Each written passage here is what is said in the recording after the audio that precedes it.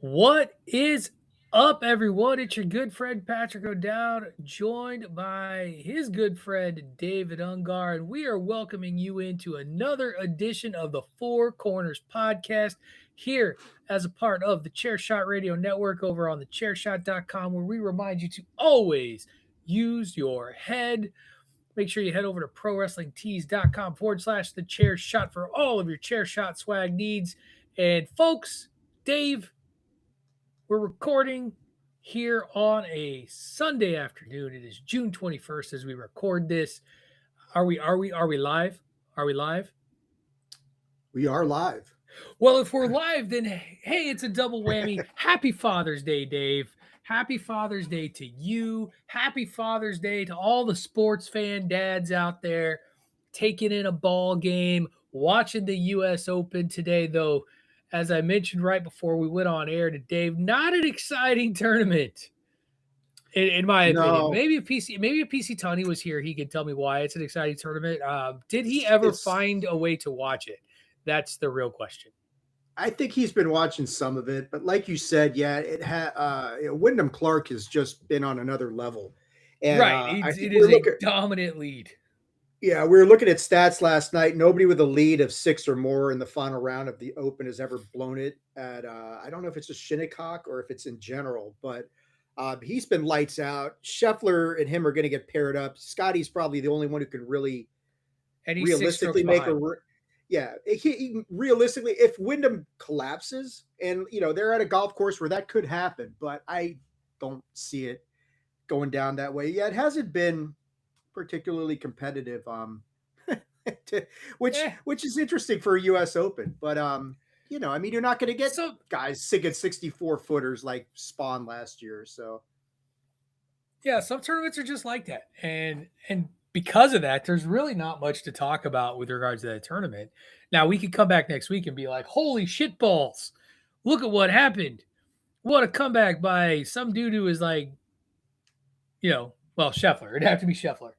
yeah, I think Scotty's the only one who's really got the tools necessary to pull. But golf is an interesting thing because no matter how well you play, it's the guy in front of you, and you got to hope they falter. And so Right. if that doesn't happen, then nothing's going to I happen. But I've been watching a different sport.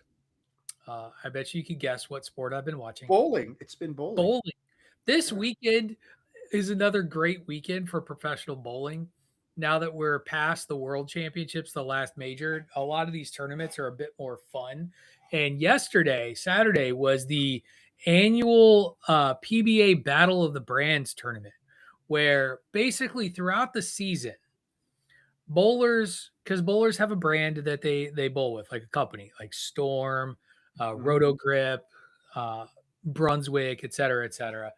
And they accumulate points, the bowlers for those brands, they accumulate points for the brand over the course of the season through the worlds. And then those points get seeded into a tournament, a Mhm. six, it's a 6 team tournament. And it's a step ladder format because that's what they do. I haven't finished the tournament yet, but I already know which brand won. Spoiler alert for those who haven't seen it or just don't There's care. PC Tunney throwing this out there. Well, Maybe we'll see you soon, buddy. Tony, But yeah. you have a computer. You can just jump on and talk about it if you want, bro. It's cool. We'll welcome you because I know jack and shit about golf. All I see is a big lead, and I'm like, well, that's gonna Uh, be a tough hill to climb. But no, the Battle of Storm Brand won, led by Jason Belmonte, probably one of the most recognizable bowlers in the world. Uh, teamed up with the second most recognizable bowler in the world, in my opinion, Kyle Troop. Everybody knows Kyle Troop. He's the the white guy big with the hitter. afro. Yeah, Yeah. got the pick. And then He's the my guy. He's favorite the bowler, cover athlete of PBA Tour this year, the video game. right? And it's funny because he had a terrible season. Like he made like one television, if that. Like it was a very frustrating season for Kyle Troop. It's also a very frustrating season for Jason Belmonte. So to see them take home a trophy in a team environment, good for them. It was another first seed loss for EJ Tackett and his brand as they were the top. But I love that we're getting these facts on your screen as you're watching with regards to the U.S. Open. Greg It's our Norman has it's our blown it's our so many it's our major leads.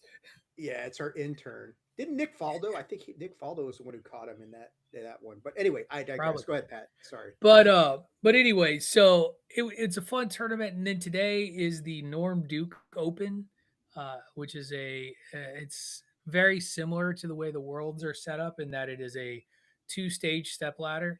So you have a round one step ladder with the lower seeds starting from nine through six. They all play for the right to then go on into the final step ladder later in the afternoon. Once again, EJ Tackett, top bowler for number one seed. We'll see if his win, even though he was on the bench, his win carries over into a couple of other tournaments as the bowling season winds down.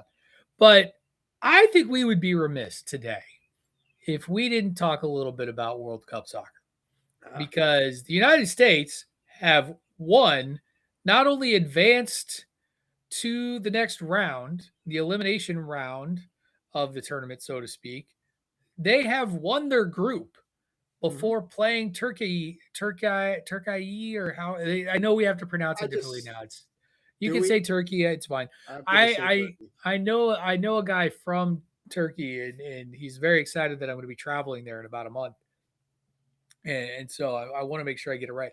But kind of a surprise in their group, Turkey was supposed to be right up there with the U.S. as the potential winners, and they are 0-2.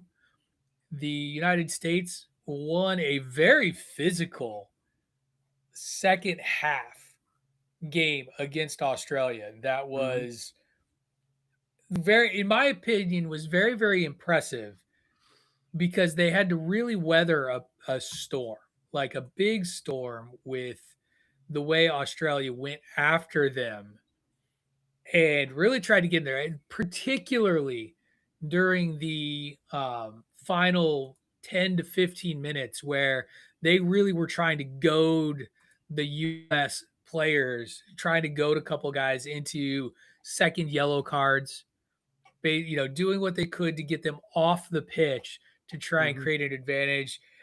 I It was very chippy. Have you watched any World Cup, Oh Dave, at yeah. all? What have you watched? Quite a bit of it. I watched the U.S. Against Paraguay. Quite a bit of that. I did watch the U.S. and Australia, at least parts of it. I did check out Mexico and Korea the other day because of. I thought that was great because those two fan bases have been so great with each other the entire tournament, and they had to play each other, and it ended up being a good game. Mexico is also through the knockout stage. Uh, Yep. yeah, I I think think Brazil's on too. Brazil's gone 2 and Brazil 0 came through. Argentina looks late. amazingly like Brazil or Well, Brazil's second game, I want to say, or was it right Germany? Maybe it was Germany Germany. against Germany the scored. Ivory Coast. Took a late goal to They beat took a late them. goal to get them There's through for the been first time. Yeah, there's been some tighter matches than I think people really Uh, expected, and the Germans were one of them. I cut you off yes. though. You were talking about Argentina and what you've Well, yeah, seen out of them. Argentina Messi with that hat trick the other night against Algeria looked awesome. They look really strong. France looks really strong. Spain is erasing any doubt as we speak Yeah, they beat about that. they're mollywhopping they're Saudi mollywhopping Arabia. Saudi Yeah, Arabian. Yeah, yeah, they're kicking the crap out of them. There's other good teams here and there. I think what was it? England and Croatia the other night had the most entertaining game of the tournament so far. It was like 4-2. That was right. really fun. So there's been a lot of great action going on in the World Cup, and I'm really, I think like the talking about the group, the United States group. I think Australia should beat Paraguay to get through. But that's going to be Yep. another really good game as well. So what's funny to me, Pat, is like the people starting on Sports Center now. You start seeing these little trick tickers going across. Can the USA win the World Cup? And I'm like, hell no, I But mean, but here's the thing. I think the reason why I you're the host.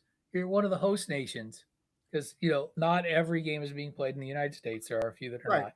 Mexico, notably Canada looks like they're going to go through Canada, possibly. but and so you're that's great. You want those headlines though because you want engagement in football. Like, and here's the thing is they're gonna get a more favorable draw for their Yeah, first match out of group play because they won their group. And that's key and important. And the thing that I think has been true. really impressive so far is, and I can't remember who made the point where I heard this, but usually when the United States advances to the knockout rounds, it's it's like they need that one goal to tie a team during group play to squeak into the elimination round, and then they just get handled by Argentina, for example, or the Netherlands or something like that. And for two matches anyway, they've they've controlled most of the game. They have controlled 3.5 periods of play so Yeah, far. So far, I would argue yeah. Australia had the advantage because they were really pressing up, trying to get a goal, trying to erase that 2-goal lead, and they're carrying that momentum well. And so I do think they've at least got them believing that they are a competitive team and can beat some of these other elite squads. Now that could all go away in a week. I mean, And go ahead. yeah.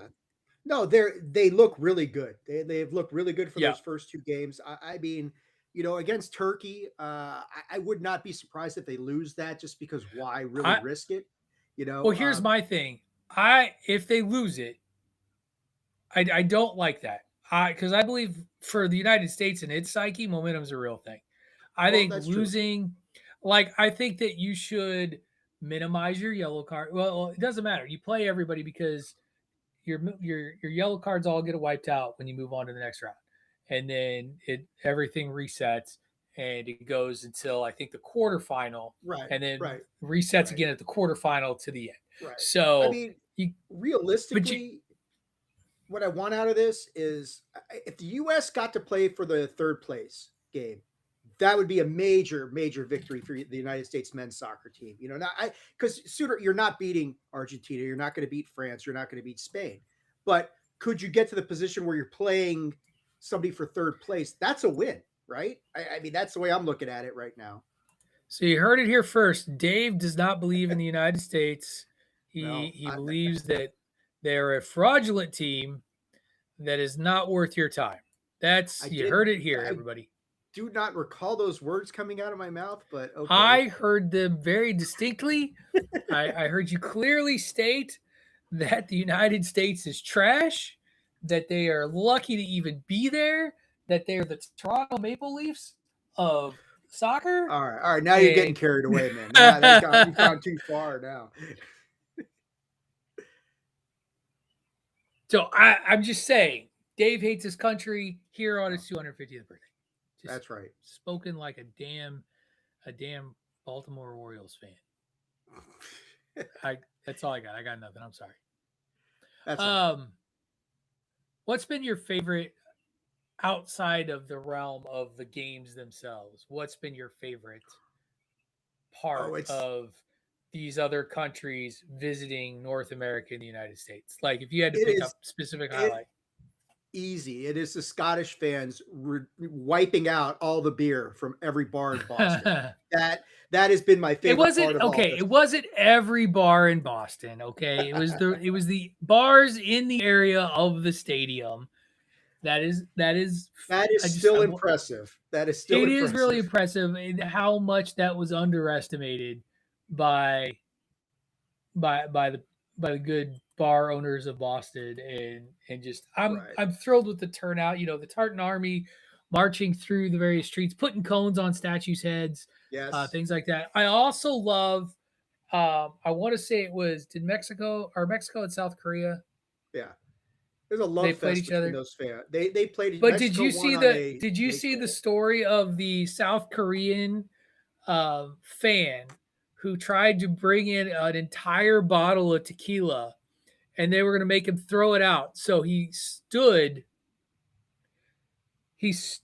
at the entrance before going in, and he and his friends, they initially start trying to house this bottle of tequila, and then they start offering shots to people as they're coming in to try to help it. It turned into this big communal, like, get this bottle of tequila consumed Yes. before we We go can't in to enjoy we this can't game. take it in the stadium, so drink faster. Yes. Also, I love the unnecessary heat that Elmo had to calm down because he I guess during the NBA finals said he hoped both teams did well. And that didn't set well with the New York Knicks fans.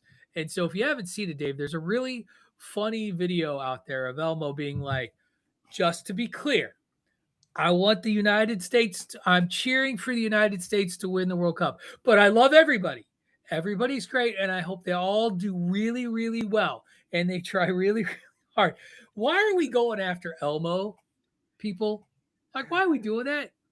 What's that all about? It's Elmo. He's an easy Like, target, I guess. he's But not a political figure. He's not. Elmo is the hey, definition of wanting everybody to have fun. Like, speaking of that, speaking of championship celebrations and stuff, did you watch any of the Hurricanes celebration for? I And I did will say, not. I want to give us props. We called that series ending in 6 We games, did. I was and it extremely did. concerned that like Vegas would pull one on us, and then the very next day, that however the clips of what we say gets chosen to be on the stream or on the social medias would be the two of us picking the Hurricanes in six, and it'd be after a Wow. a Yeah. late overtime goal by Vegas. I Yeah. did But not catch either of the festivities. I've only seen they had a brief great, highlights. yeah, great crowd. I mean, it's certainly not going to match up to New York City and the Knicks, but it was a How many great turnout Whalers for. jerseys were there? That's what I I want to don't know. recall seeing too many of them, but they Well, then did it like wasn't a real celebration. Those are a bunch of transplanted wannabe fans. one Ugh. of the cool parts was Nicholas Ehlers, who was a big part of the Hurricanes winning the championship. They signed his contract extension there at the parade, which I thought Oh, was kind of nice. cool. Yeah, That's cool. so he got paid, and Scott My or my his Jarvis was freaking hilarious. They did some stuff with him, Jarvis, but was Iron Man Scott, there? not Jarvis, Oh, damn. one of the Carolina Scott Jarvis, I think, one of the guys. Oh, He that scored the Jarvis. overtime. He scored the overtime winner in game 2 that got Carolina back in the series. Gotcha. No, I missed both celebrations. Did you see? I did watch the Triumph the Insult comic dog visit to the New York Knicks celebration. I don't know if you saw that. I heard I something guess about the it. Daily Show made it happen. So that was very, very cool, and I enjoyed that thoroughly. Um, but this is the black hole of sports seasons right now. Today's the first day of the 21st, first official day of summer. I love golf. Don't get me wrong. I enjoy golf. I don't watch golf, but I respect it. Bowling isn't going to carry sports. Really, all we have is Major League Baseball, Dave. We haven't talked about MLB at all. But before we do that, I just want to remind everybody that the Four Quarters podcast is brought to you as a part of the Chairshot Radio Network here on thechairshot.com. We remind you to always use your head. Make sure you head over to prowrestlingtees.com/the chair shot for all of your sweet, sweet chair shot swag needs. And there's a lot of good stuff going on the website. The network is getting stronger. I actually, you know what? I gotta tell you, we have been kind of the sports show on the sports entertainment piece of that. Dave, that's gonna change. Did you Yes, know that? Did you know that I that knew was going that. to change? I Because was made aware of that yesterday. Yes. apparently there is now going to be, in addition to our show, which streams live right now currently, well, there will also be a live stream on Wednesday afternoons that posts on Thursdays. So you will now get your Chair Shot Radio podcast sports fix on Tuesdays and Thursdays because our good friend PC Tunney is launching a stream or a show of his own, PC Sports Podcast. It is I we can get him to confirm when he's on Bandwagon Nerds, or he may even confirm while he's listening to us. So if you're watching live, maybe you'll see what it pops up. But coming soon, every Tuesday and Thursday on your internet podcast airwaves, you will be able to get a chair shot representative talking to you about some sports, and that's very, very excited. I'm happy to see Tony do that, and he brings a different expertise than what we do. Like I would say that I am very much your college sports guy, which is the other reason why I can't really talk much. Though Oklahoma and North Carolina College World Series championship round that's going on right now.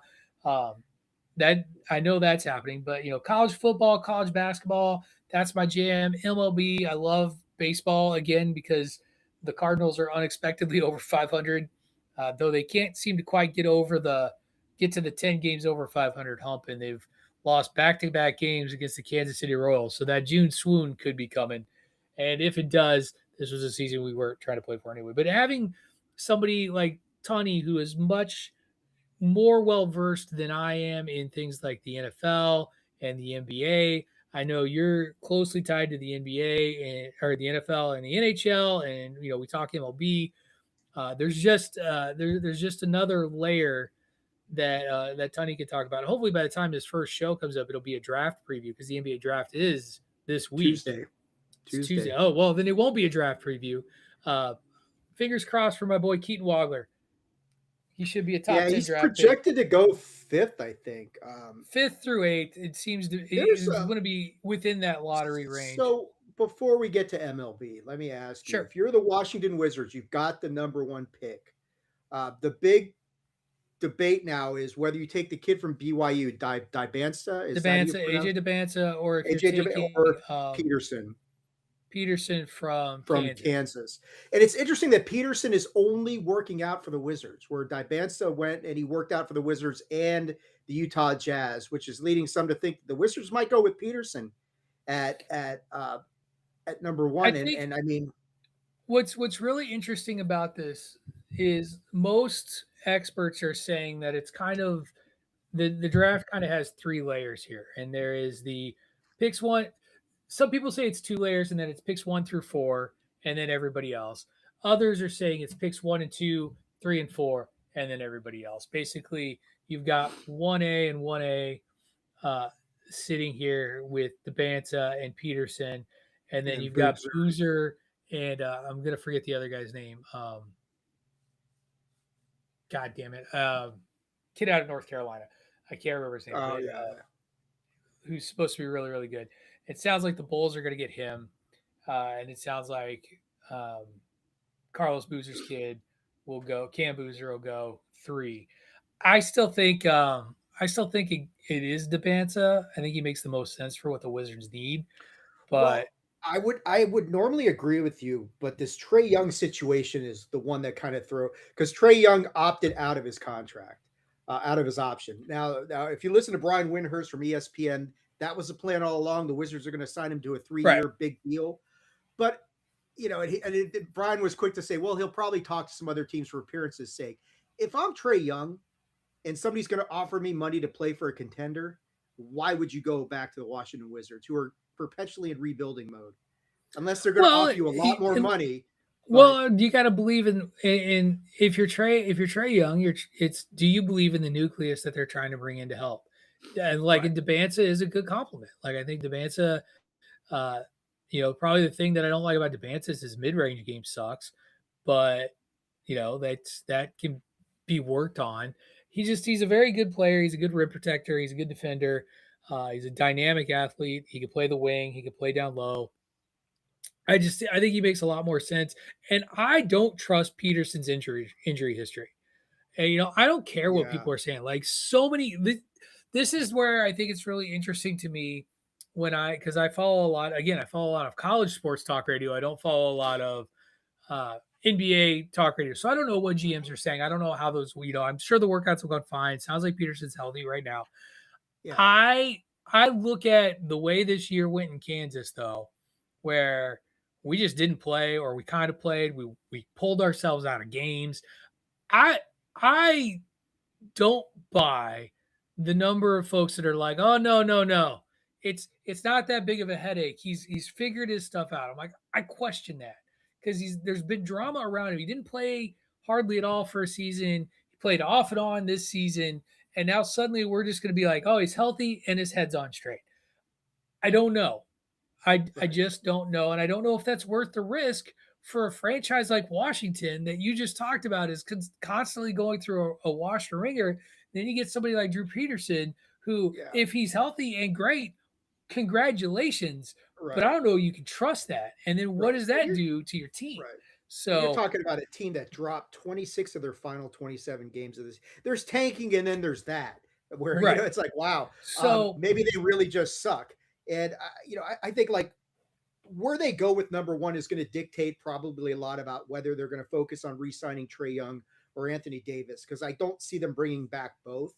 And right. AD's got his option coming up in like August or something like that. If they get Dibansa, then maybe you're more flexible with AD and you re-sign Trey. And if they go the opposite Maybe. direction, maybe they're thinking the other thing. But yeah, it's a big moment for my team, because it's like you look at them and say, well, they could go from just the dregs of the world to, they're not winning the title next year, obviously, but you could be a playoff team if Right. pieces fall into play, because the East is weak. Right. I yeah, I think that I think Debanza I don't think either is a particularly bad choice. I think Debanza makes more sense. Um but I don't know. We'll find out Tuesday. Yeah. All I know is the Bulls have 2 draft picks, and they're not going to get a good second pick in this draft. I think the Are they first picking? They're picking fourth, right?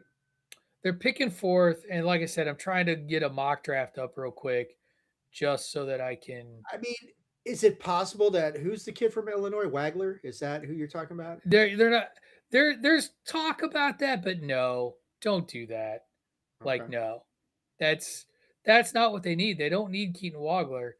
They need and Keaton Wagler.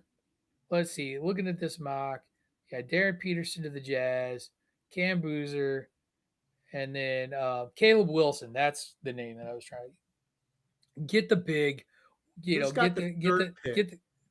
He's the fourth pick. No, who's got the Oh, the third? third pick. The third pick is Memphis. Yeah. Memphis could pick Okay. up Cam Boozer. You're gonna have Cam Boozer and Zach Edey on the same team. Um, and then a lot of mock drafts have Keaton Wagler going to the Clippers. The big question about Wagler is strength and shot, because he's put on weight, he's gotten stronger. The thing that I love about him, and this is obviously biased in watching him, is that he is a very steady Eddie player. Like there were very few times that I ever saw him press. And as an 18-year-old who was really thrust into a lead guard like lead guard role after Illinois got kind of manhandled by UConn the first time around during the regular season, and then he turned around and goes into Mackey Arena with Illinois down a guard and drops a damn near 50 banger Yeah. on him. Like he's very very calm. He's very very smart, and I don't think he necessarily going to a place like L.A. To the Clippers doesn't necessarily mean he has to be the guy right away. He'll Right. have some time to develop. So Now we'll have to I see. and I distracted you from the MLB conversation Yeah, there. I you did. You apologize. decided that I don't want to talk about. Is it because your team is Well, trash? no, there. Huh? Well, I want. Let's talk about we are at the halfway point of the season, almost the halfway point, Right. and both of our teams have grossly exceeded, probably more so mine than yours, exceeded Well, expectations. yes and no. I think that the Cardinals, and here's the thing: is the Cardinals still like? I'm not like I love them. I'm not like they're sitting on a 3 game losing streak right now. They lost. They've lost 2 games to the Kansas City Royals. That's inexcusable. They they were this was supposed to be a team being down around where Pittsburgh and Cincinnati are, uh, and they've played over their skis a little bit, which I'm happy with. To be clear, I'm very happy that my baseball team of choice is currently in second place, 5 games back of a Milwaukee Brewer team that I just don't see doing anything other than running away with the division in what is supposed to be a rebuild year.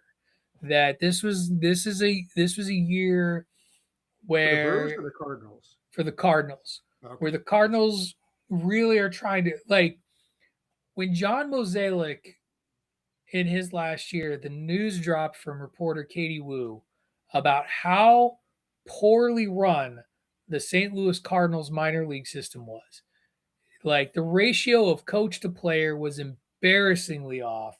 They were not investing in that. So the first year of Heim Bloom and kind of being grandfathered in was actually last season of him working mostly within the minor league system, trying to rebuild that and start stockpiling prospects to build towards the future. And that was supposed to continue this year. And Heim Bloom has been put in this really weird spot as general manager where he keeps telling everybody, look, we're not in win now mode. We're not in win now mode.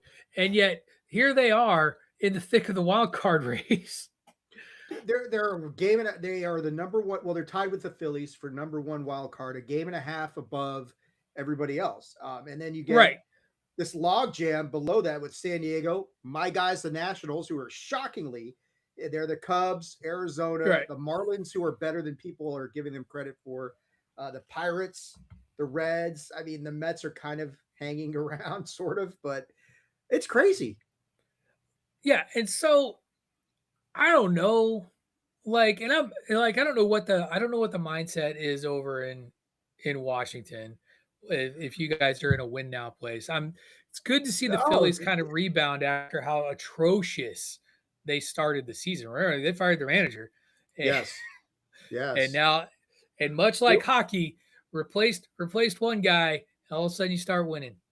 If the Phillies are on and playing up to their potential, they are one of, I if mean, not the Bryce best Harper teams in hit for the baseball. cycle yesterday. By the fifth inning, Yeah, and Schwarber hits just three home runs. obliterated the Mets. Schwarber hits three home runs yesterday. Now the Phillies are as good as anybody when they're on, and that's the problem is that when they're on thing. I think the Nats aren't in win now mode, but I think the best thing that they did was not trade CJ Abrams because that guy has just been raking this year. Right. James Wood has been awesome. Dylan Cruz got a stint down in the minors for a while. Then they brought him back up. He's been playing really well. Their bullpen is sketchy as can be, but they're getting better starting production than I think anybody could have anticipated. So it's great because you look at them and say, well, they're right in the thick of things. They're over 500 for the first time since they won the series in 2019. So yeah, I'm thrilled with where the Nats are right now. Yeah, I'm happy with the play of the Cardinals. I do expect it to go down because the Cardinals don't have they got a problem in their rotation. And they either need to change their rotation or send somebody away. And the problem is they don't really have a way to send anybody away or call somebody up. Nobody's ready to be called up. But you got two pitchers in Matthew Libator, and I'm gonna forget the name of the other one, but they're dead ducks. They're dead ducks when Libator is on the hill. You're just like that's that, and you accept that they're not going to get it done. And Libertor in particular is really killing the bullpen because the guy's Mhm. not getting out. It's Michael McGreevy, I think, is the or is it? Yeah, because it's not Dustin May. Dustin May's having a pretty. Maybe it's Dustin May. Anyway, um, no, it's not Dustin May. Dustin May was good, but it just Jojo Romero, who's supposed to be one of the best arms on the team, good setup man. He's struggling right now because he's being called on to pitch more. Um, Same thing with Riley O'Brien. Started strong as a closer, now is really struggling. Just seems like everybody's figuring him out. And so I don't see them sustaining anything because they don't have anybody to call up. What I think is hilarious is when you look at the National League and just how much better they are than the American League. In the American League, it is like top heavy to a T. And even in the West, where Seattle's finally figuring out, they're at 500 right now. There is only what three teams over 500 in the American League Yeah, right now. I Cleveland, mean, yeah, Chicago. the Oh, Yankees, sorry, the four. Rays, The Yankees and the Yankees, Rays. Cleveland, The and the Yankees, the Rays, Chicago White Sox. How Yeah, is they're a that? surprise, man. Hey, They the are. Southsiders are ecstatic to be playing relevant baseball in June, Yeah. and good for them.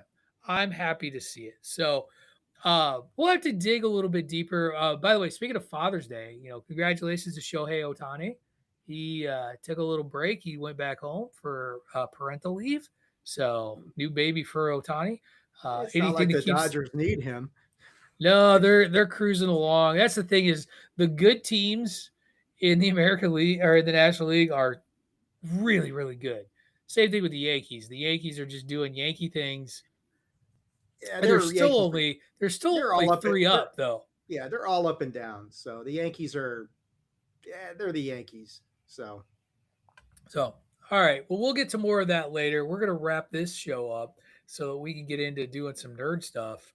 For yeah. those of you that are on the live stream, just stick around with us. Dave and I will be back, and we'll be joined by PC Tunney to bring you some sweet, sweet bandwagon nerds action. So that'll be a lot of fun. But for those of you listening on Tuesday, Dave's going to tell you real quick where you can find him and all his material on the Chairshot Radio Network and the interwebs. Yeah, I think the best thing to do for me is just go here. Attitudeofaggression.com. That is the website. That's the best place to get all the content that we've got going on. We just did a really detailed, me, Tunney, and DJ did a really detailed season 1 and 2 recap for House of the Dragon to get ready for season 3's debut tonight. So if you need a refresher, that's where to go. But that and the Attitude of Regression's YouTube channel are the best ways to interact with me right now. Cool. And you can find me on the socials at Wrestling Realist. That is at WRESTLNGREALIST. Catch me every Monday, Tuesdays, and most Wednesdays here on the Chair Shot Radio Network. Mondays talking nerdy stuff with Dave, PC, Tunney, and Ray Cash. Tuesdays listening to this podcast. And Wednesdays talking with my buddy Greg DeMarco in a new direction. It is no longer the Greg DeMarco show, Dave. I don't know if you've heard this. It is the Grown Ass Man podcast. That I Kind of a did. I did see that. Yes. significant format shift. We talked about things like men's mental health this week. We did talk a little bit of wrestling, but we Greg has been kind of wanting to go in a different direction with the podcast for some time now, and so that's where we are. It was Wow. a very exciting first episode. He's looking to have guests for a variety of topics and just cover a lot of different stuff. No, So I think it's a good some good idea, stuff man. I mean, there. there's Right, lots of wrestling on the network anyway, regardless. So right. And then just another reminder: check out our buddy PC Tunney and his PC Sports podcast. That'll be coming to the network soon. It'll be dropping on the channel on the podcast every Thursday. It'll be recorded live on Wednesdays and streamed live on Wednesdays. So be there for that too. That is going to do it for this week's edition of the Four Corners podcast. Thank you so much, everyone, for listening. Happy Father's Day to all the dads out there, and we will catch you next week. This has been the Four Corners podcast here on the Chairshot Radio Network, part of the Chairshot.com.